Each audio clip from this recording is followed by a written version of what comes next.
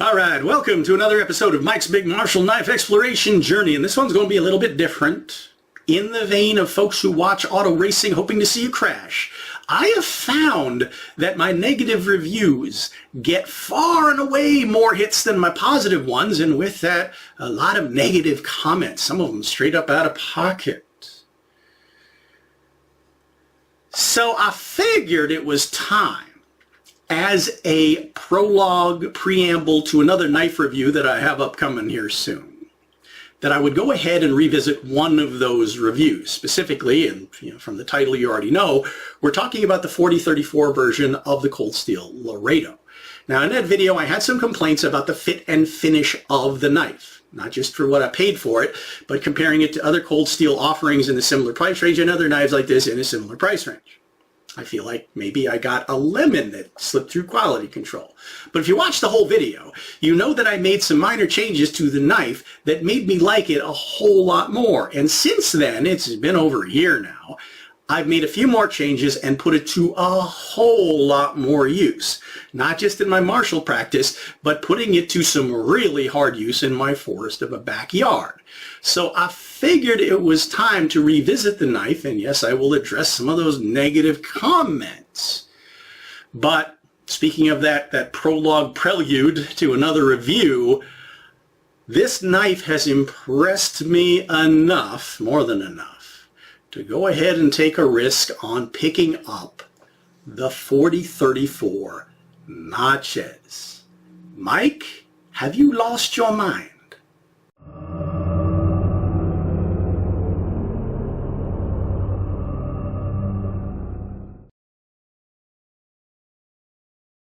Okay, let me go ahead and address the issues I had with this knife up front and then people's responses to those issues.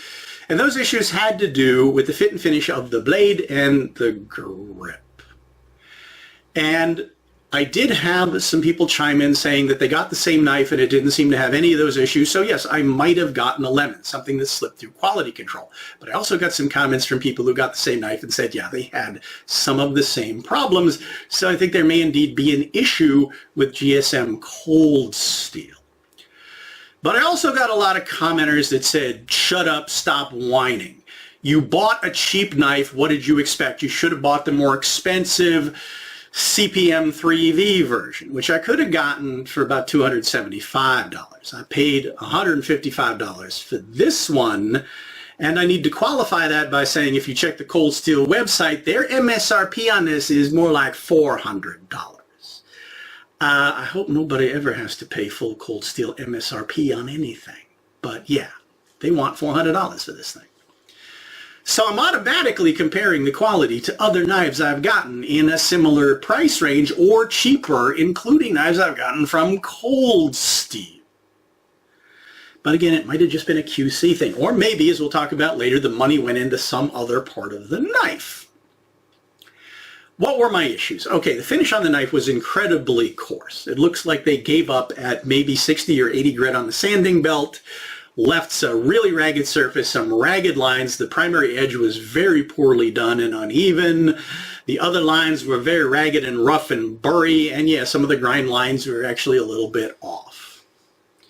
But most of that was fixable. I just had to take it out and spend a little time polishing it and putting a better edge on it, and while I was at it, I put a little bit of a patina on it.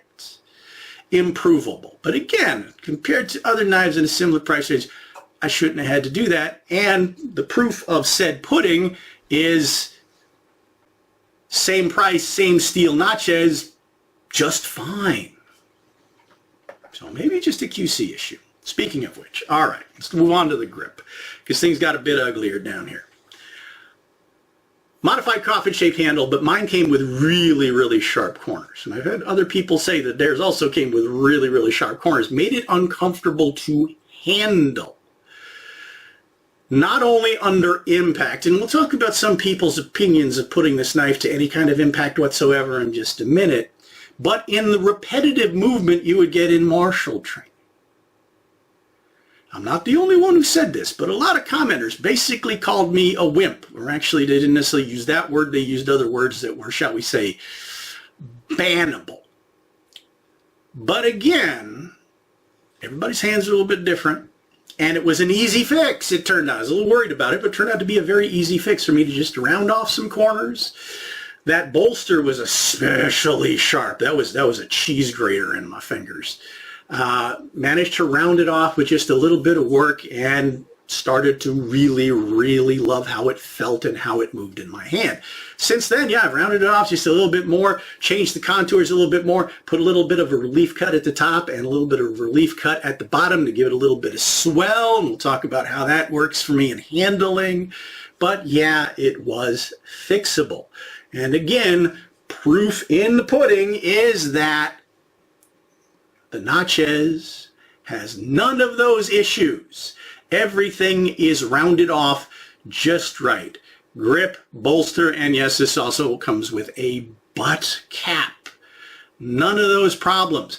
I think the only rough spots that these two have in common is the corners of the guards are a bit sharp, and again, it's an easy fix if it bothers you.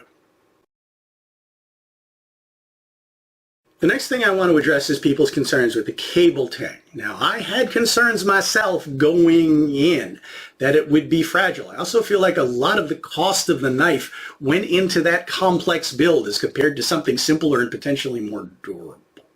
If you're not familiar with a cable tang, I'll put up a cutaway version here, see the innards of it.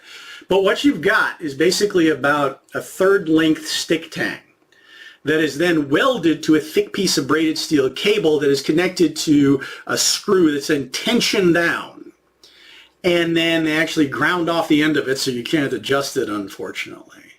Then the whole thing is probably filled with epoxy before the grip is put over it to keep everything in place.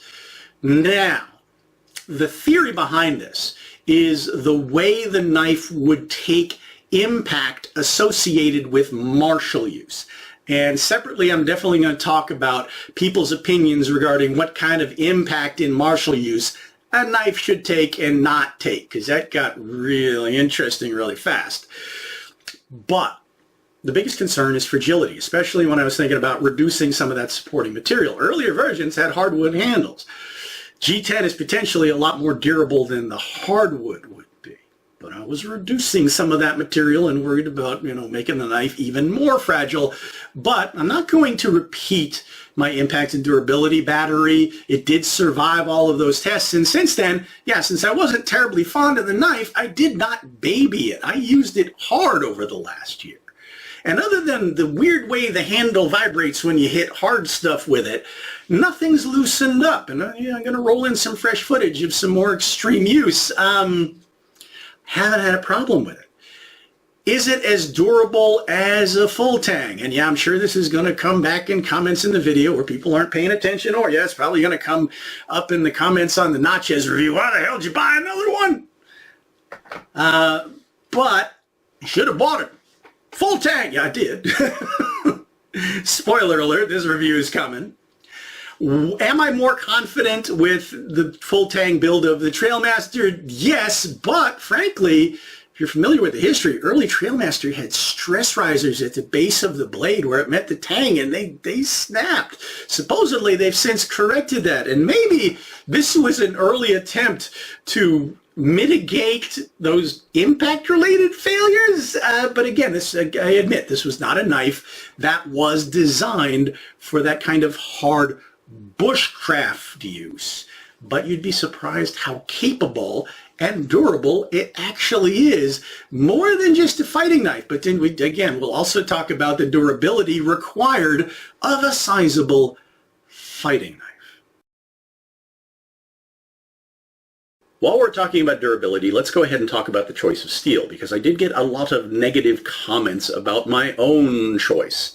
Apparently lost a lot of my knife snob cred by buying the cheap one, but I don't consider myself a knife snob. High-end knives are not in my budget. I'm going to be focusing on affordable but good quality products. And as I mentioned in this case, I went ahead and bought the cheaper model because I didn't know if I was going to like it. It was the same process I went through with the cold steel espadas, which are some of my favorite folding knives.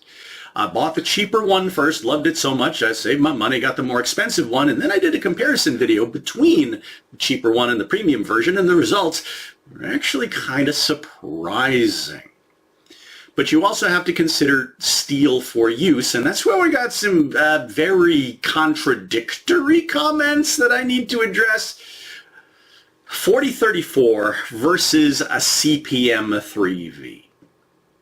Haven't really put this knife through super hard use yet, but I have put this one through some crazy hard use in chopping, delimbing, carving, and one of the things I've used that clip point for is snipping invasive vines, and they're coming through my chain link fence. So guess what's happened? I have whacked this blade into the steel of the chain link fence multiple times, and there is not a single nick in that edge.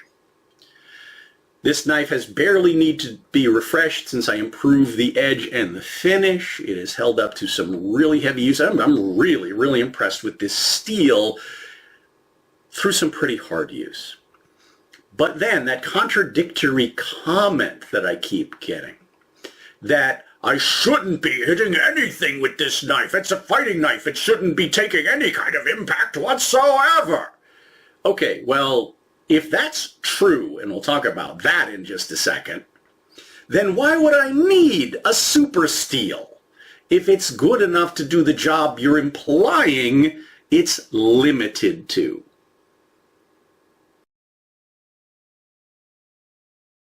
All right, bear with me. I'm going to have particular trouble getting through this section because I got several comments along the same lines. After I expressed my concerns for the steel and especially the fragility of the cable tang, which I really should not have been concerned about, it turns out, and running my impact and durability tests, several people said pretty much the same thing. What are you doing? You shouldn't be hitting this knife against anything hard. It's a dedicated fighting knife. It's never going to hit anything hard. What? Okay, maybe you're assuming that you're always going to get a perfect, clean thrust penetration into soft media without accidentally hitting any unexpected obstacles. In which case, one of these will do you fine. But the fact is, structurally, one of these makes me nervous for its potential to chip, bend, or break, because even with the ideal opportunistic thrust into soft media, odds are still high it might collide with an unexpected hard obstacle. But a knife like this is basically a short sword. It's going to be chopping, hacking, snap cutting, slashing, and even if it's going for what you would consider surface-wise a soft target, there's going to be hard stuff inside of it, closer or further away from the surface depending on where you're aiming. And because it is a sizable knife, it is capable of parrying, displacing, intercepting another weapon, or if you've got a semi-equal confrontation, this blade could get parried, blocked, intercepted, displaced by another weapon, or what your opponent might be using for a parrying device, which could be made out of, well, any of a number of materials, including steel.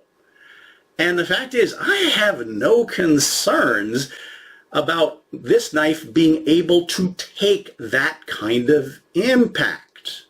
Also, I can't imagine a scenario where I'd be fighting Jello people. All right, I'm not repeating all of my impact and durability tests, but let's take a look at some field use. This is ash.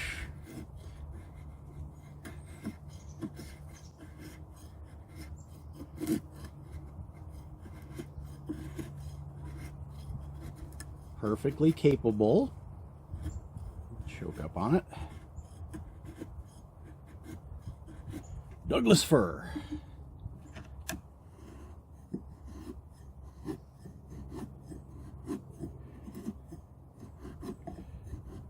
Also a perfectly capable tool.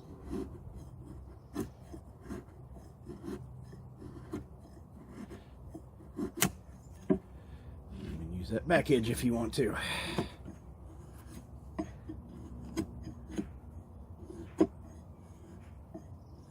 Visible piece of ash. Right there. Nice bite.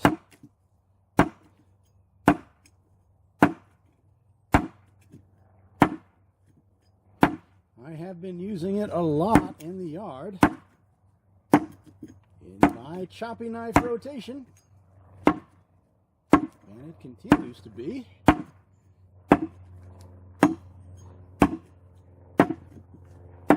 What about fine carving? Well, it's really big.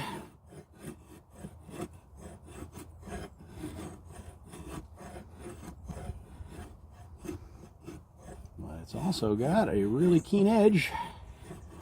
And I can get a hold of it in a couple of different ways. So yeah, I might get tired quicker just because of the size of the blade, but I have a lot of control over this thing. And it is a very keen edge that I have barely had to refresh since I tuned up that factory edge anyway. The back edge. Yeah. Check out what that back edge can do.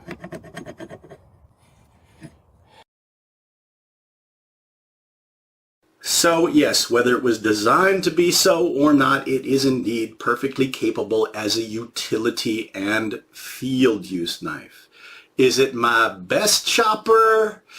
No, but I'm going to say it might actually be in my top 5 current big chopping knives, and I do take it out and use it, well, proportionally more than some of the others just because I like the way it feels so much.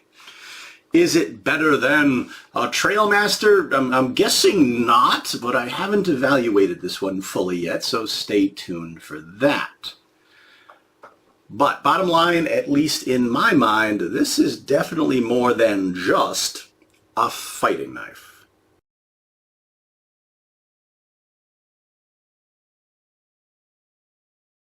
Before we get into the awesome martial capabilities of this knife, I want to address the comments I got regarding one modification that I made to it, and that was expanding the notch at the base of the blade into a full finger choil. Spoiler alert, yep, I already did it to the notches, but I did not have to do it to the Trailmaster because it was already there, as it is on many of my sizable single-edged knives.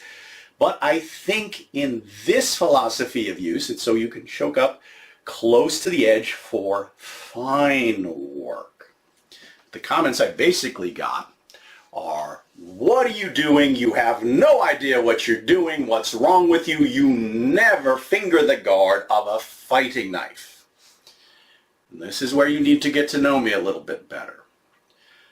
The rich variety of techniques in the martial arts, globally speaking. In the 45 years I've been studying and exploring all these different arts, all these different systems, traditions, lineages, masters, coaches, practitioners. Never say never to me. If you can demonstrate a pragmatic use of a technique or method, it's got validity and it's worth looking at. And frankly, there are many, many ways of holding a knife like this that do different things. They have different strengths and weaknesses, different purposes, different philosophies of use. Speaking of which, if you would like me to do a dedicated video on all of the different ways you can hold and employ a knife like this, let me know in the comments. I feel like that content is kind of lacking. I haven't necessarily seen it all collected in one place, one time, one video. Let me know in the comments. But speaking of fingering the guard of something like a knife like this, there are 3 things it does for you and, well, one clear vulnerability. So I wanted to take the opportunity to at least address that, and then bonus content, I'll give you one more grip that you might think puts one of your digits in danger. Now, why would you finger the guard of a knife like this? Well, one reason would be the same reason you do it to certain kinds of swords. Doing that gives you better leverage control, especially tip control, over a sizable blade. Also allows you to put the blade more in line with your arm for that straighter angle of attack and increased reach, even though you are sacrificing some by choking up on it. But the other two things it does for you are more related to the function of a sub-hilt. Function one is how that works to propel. Put just a little extra snap in your snap cut through what is often called a trigger action. A little extra tug on your index finger to propel that snap cut. And guess what? That works really well with this style of knife, even with the blade reversed edge towards me. Yeah, that is wonderful for doing snap cuts, and it's also good for maneuvering back cuts and other sorts of things with sizable knives. It does give you a little bit more maneuverability over a big blade. The third thing it does is another thing related to the sub-hilt. Assuming you might be penetrating deeply into soft tissue, you might have trouble getting the knife back out again. And putting your finger up here does give you extra grip, extra leverage to withdraw the knife from something it might be stuck in. Now, the downside, obviously, is it does appear to expose what a lot of people would argue is your most important finger to getting cut, which is why when it comes to swords, there's extra protection that develop to protect the finger from that. So in my particular practice, I'm not going to use it all the time. Yes, I'm probably going to use it for close utility use.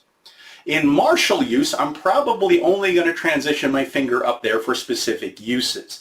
If I feel like I can propel a snap cut better, and guess what, I do feel a little bit better doing it with the blade reverse than with the blade forward, or I feel like I need that extra help getting the knife out of something I might be stuck in, I'll shift it up there temporarily and then put it back in the safe zone.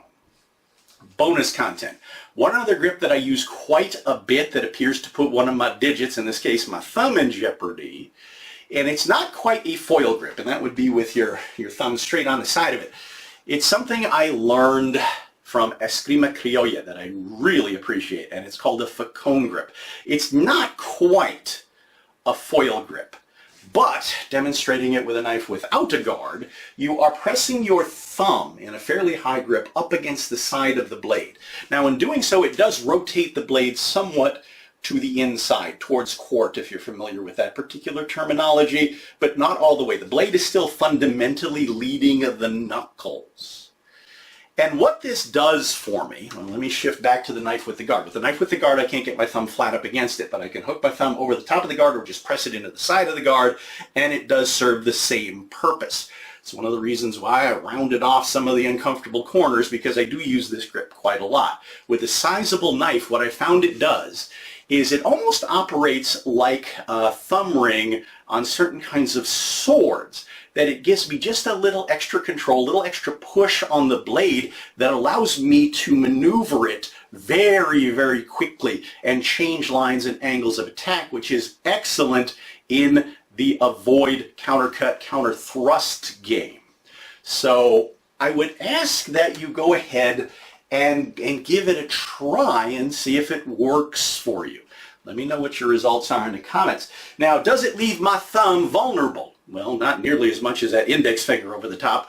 Why? Because if you're familiar with other styles of sword and knife where you put your thumb up there, like Hema longsword or a parrying dagger, one of the things that's going to happen is, look at it from this perspective.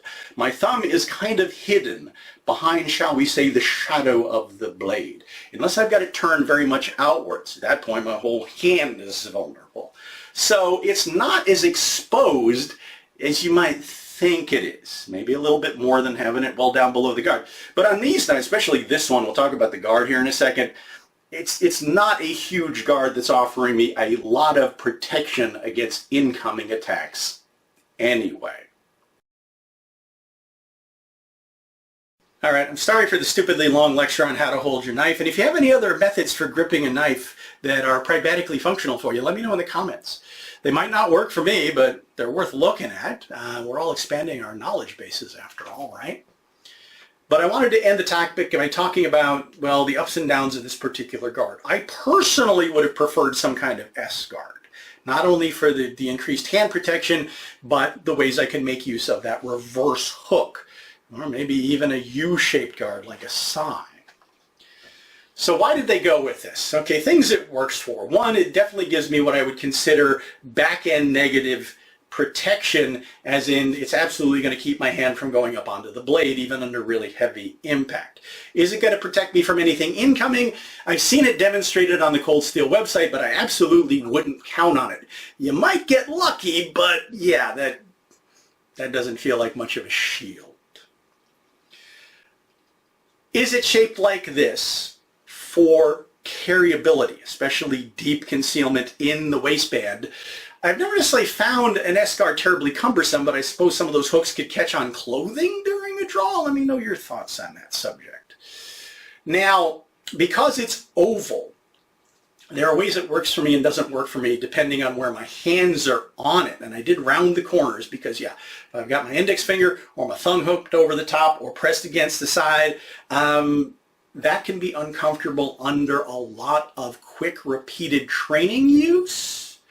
Also definitely uncomfortable under impact if it's translating anything back into those knuckles, but a little bit of rounding went a long way. Speaking of which, I've been considering, since I'm not really using it as a shield against an incoming attack, maybe putting a little relief cut on either side, enough that I could get my thumb a little bit more flush on the side of the blade without, well, potentially structurally weakening it. Let me know what you think.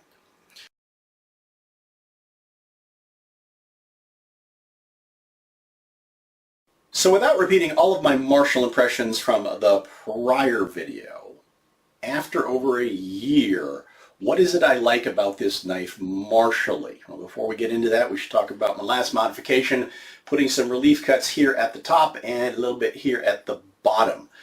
And that's going to play into how this knife works for me. In a forward grip with my fingers below the guard, that's exactly where the base knuckles of my thumb and index finger in the web of my hand are going to sit. So that's not only a tactile indexing point for me, but it seems to improve the rotation of the knife in my hand as I maneuver it, and that's especially true in rocking snap cuts and back cuts and other sorts of action. So I do like knives that have that little extra taper right there.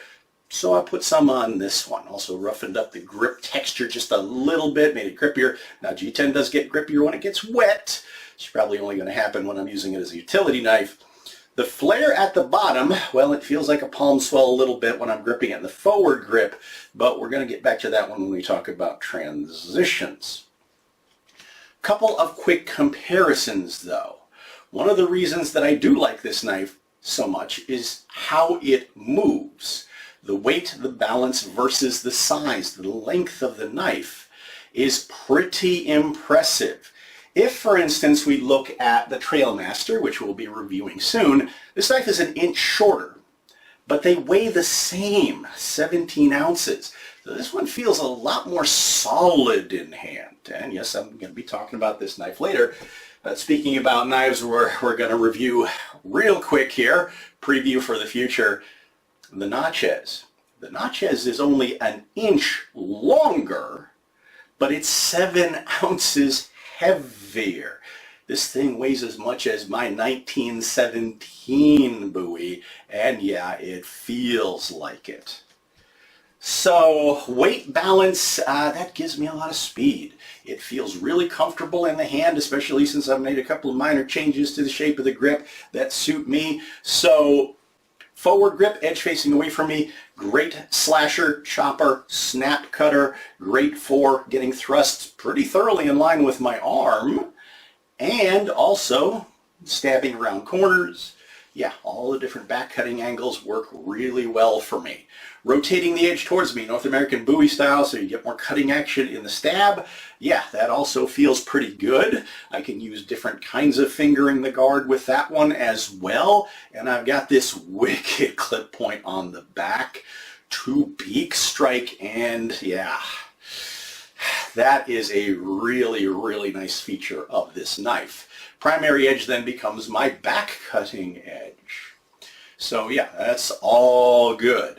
What about reverse grip? Okay, that's one of the reasons why I put the flare in here. Now, sizable heavy knives are harder for me to finger twirl and pinch flip. I also tend to prefer them in the forward grip because I'm not a big fan of long blades in the reverse grip. But yeah, especially now that I've changed that profile a little bit, finger twirling is a lot easier for me. Pinch flipping, well, now I have an indexing point on the flare to pinch flip the thing. When it gets into the reverse grip though, again, I've mentioned that when it comes to reverse grip edge away from me, I can use very nice, powerful stabbing actions across multiple angles of the clock, back hooking actions with the clip point that one of the arts I studied colorfully referred to as ripping. And I've got the belly on the front, the primary edge that I can slash with through, again, several different angles of the clock. But I prefer to do that especially with a shorter blade just because I feel like I have more leverage and control over it as compared to a long one. Now, one thing I can do with a long one is kind of reverse handshake it, lay it along my forearm as an emergency shield. Is it the safest thing to do? But no, it might save your arm in a pinch though. But some interesting magic is happening when I go to reverse grip edge facing towards me. Because not only do I get that cutting action in the stabbing arc, but I still have this nice wicked recurved clip for doing any kind of slashing actions. But one of the things I've discovered that I really, really appreciate this grip for, now it does work a little bit different with an S-guard. I put it in my offhand, lock the guard into the heel of my hand. Now it does restrict how much I can move the knife in terms of 90 degrees to about 45. But when I pair this with another weapon, especially one that's sizable, has the reach factor, the things I can do with this are really impressive. Basically, the hooking angles I can manage across the clock, and if I can contort my body, use more of my core, I can get a little bit further. But yeah, any contact I'm making is going to be pretty devastating with a knife like this. Even a sloppy clip, or let's use that word rip again, it's going to be pretty devastating in combination with something like this. Also, I'm leading with the blunt spine of the knife, and with my palm locked into it, that's a heck of a parrying device. Again, I wouldn't necessarily count on it fully because it exposes my hand. Might not be able to stop the heaviest of weapons, but it might be there in a pinch when I need it. So the possibilities of, well, combinations like this we will talk about in future. Obviously, I've already spoiled the next reviews will include the Natchez and the Trailmaster. Until then, well, hopefully I didn't lose too many viewers with my little rant here today. Well, maybe not so little rant, but thank you all so much as always for watching, liking, subscribing, following the channel, putting up with my madness, especially today. And I do hope to see you all back for, well, I think the next one should be the Natchez. Yes?